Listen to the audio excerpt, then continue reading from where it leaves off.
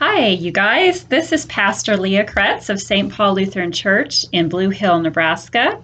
I'm bringing you a short video devotion today. It has been a while. Things have been a little bit busy and crazy, and I haven't done any video devotions for quite some time, but I wanted to bring you one today. And it's kind of some things that have been gelling around in my mind that all seem to converge, as if God was kind of like smacking me up the side of the head and trying to tell me something. So I'm going to try to share some of those thoughts with you today. The first thing that happened is a friend of mine on Facebook posted a picture of a page out of her morning devotion. And one of the lines of that devotion just absolutely hit me, as sometimes things do when God's Holy Spirit is trying to send a message. And the quote was, "Don't let your to-do list, written or mental, become an idol directing your life."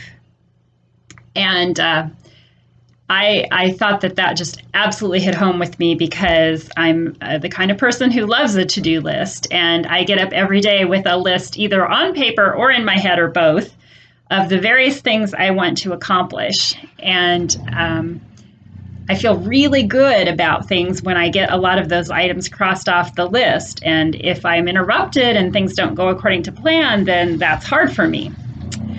And so along with that, our bucket list book club that we have here at the church recently read and discussed a book. It's probably backwards for you, sorry, but it's called Praying for Strangers. And this book came out about 10 years ago, and the author was a woman who was a writer and a radio personality, and not a pastor or in any kind of religious ministry. But she had both her sons deploying in the military, one to Iraq and one to Afghanistan. And she made a New Year's resolution that she was going to spend an entire year praying for a stranger every day of her life. So it's a fascinating and interesting book, and very encouraging to read how that changed her and what a difference that made in her life, as well as some of the effects that it had on the people that she prayed for. But a major theme running through the whole book was the fact that she was a busy lady who had a lot going on, and it was super hard for her some days to interrupt her planned schedule and her list of things to do and all her errands she was trying to run, and to take the time to involve herself in someone else's life, even if it was just for a short minute or two while she talked to them and told them that she would be praying for them. And so that ties in very well, because I think a lot of us are like that. We are so busy and so caught up in all the things we think we need to do that we might miss someone whom God is putting right in our path, who needs an encouraging word or a smile or a listening ear or a prayer from us. And I think we have to be very careful not to let our to-do lists become idols and keep us from what God might be having for us to do in that particular day.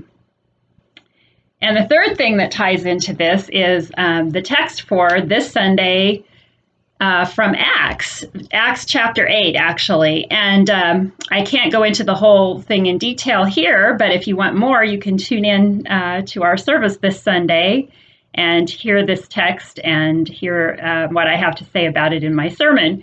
But what happens here is there is a disciple of Jesus called Philip, and he has gone to Samaria and made a kind of a thriving ministry there. He's, been telling people about Jesus and having great success, and the gospel is spreading like wildfire. And you can imagine that he's probably very pleased about this and excited about it. And then all at once, out of the blue, we read in verse 26, "Then an angel of the Lord said to Philip, 'Get up and go toward the south to the road that goes down from Jerusalem to Gaza. This is a wilderness road.'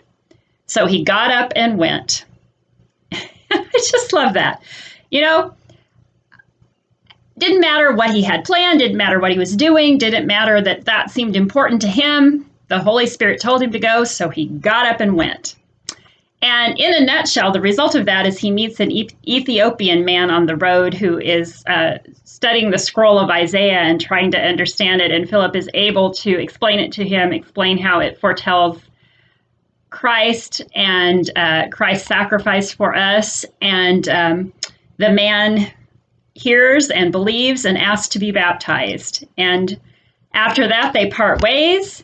And this man goes back home to Ethiopia and probably shares the gospel there. And who knows how many people's lives were affected and received the good news of the gospel because of that one encounter, because Philip was willing to let his day be interrupted and his to-do list be changed by the Holy Spirit. So I've given you some things to ponder. I give them to you because they're things that I need to ponder and I need to remember. So I encourage you to be open to letting the Holy Spirit work through you, even in what seems to be an interruption to your day. It might be a chance that you have to make all the difference to someone else. Thanks for joining me today, and I will talk to you again soon.